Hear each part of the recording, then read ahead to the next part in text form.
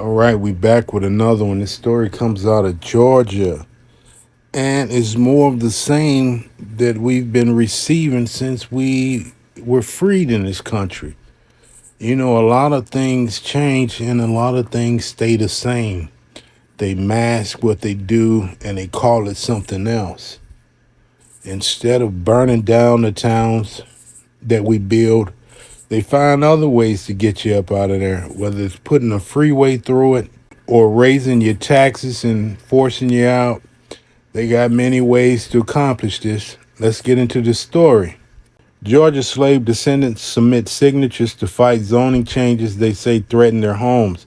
This story is from the Associated Press, July 9th, 2024. Darien, Georgia, residents of one of the South's last Gullah Geechee communities of black slave descendants submitted signatures Tuesday, hoping to force a referendum on whether to reverse zoning changes that they fear will make them sell their land.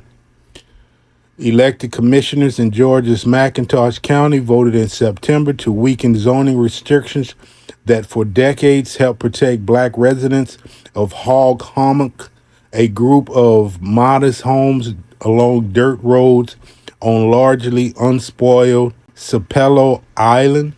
About 30 to 50 black residents still live in Hog Hommock, which was founded by formerly enslaved people who had worked on a plantation. Hog Hommock residents and their supporters submitted a petition at McIntosh County Courthouse in Darien for a referendum to appeal the zoning changes. The petition had over 2,300 signatures, hundreds more than needed to put the issue before voters in the election, said Josiah Jazz Watts, a Hog Hommock descendant and homeowner. We know there's still a long way to go, but man, this is significant, Watts said at a news conference after submission. The signatures need to be reviewed and certified, but organizers expect a referendum to go before McIntosh County voters in September or October, said Megan Desrosiers, executive director of the conservation group 100 Miles. An email to the county manager was not immediately returned. The zoning changes doubled the size of homes allowed in Hog Hommock. Residents say that will lead to a property tax increase that they won't be able to afford, possibly forcing them to sell land their families have held for generations. County officials have argued the smaller size limit was not enough to accommodate a whole family. They said that limit also proved impossible to enforce. Hog Hommock landowners are also fighting the rezoning in court. A judge dismissed the original lawsuit on technical grounds, but it has since been amended and refiled. Located about 60 miles, 95 kilometers south of Savannah, Sapelo Island remains separated from the mainland and reachable only by boat.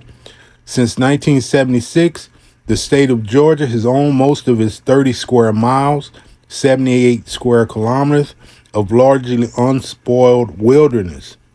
Hog Hommock, also known as the Hog Hammock, sits on less than a square acre. Gullah Geechee communities are scattered along the southeast coast, from North Carolina to Florida, where they have endured since their enslaved ancestors were freed by the Civil War. Scholars say these people, long separated from the mainland, retain much of their native heritage, from their unique dialect to skills and crafts such as cast net fishing and weaving baskets.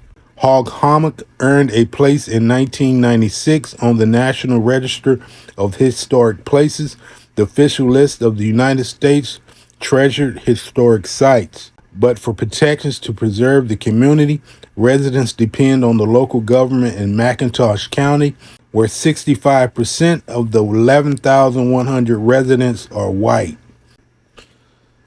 Yep, this seems like more of the same. When you sitting on something that somebody won't, they come up with these lame reasons to push you out and justify taking what you have. If you look at this island, it's a beautiful island. The beaches are damn near white sands. No roads to this island. It's like a small paradise. It's not that large, But when you look at it, it's absolutely beautiful. And what they more than likely want to do is make it some kind of small vacation resort, get the people up out of there. And when you raise these taxes, a lot of these people don't get anything from this property.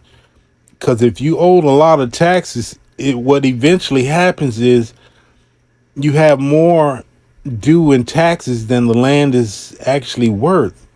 Make that make sense.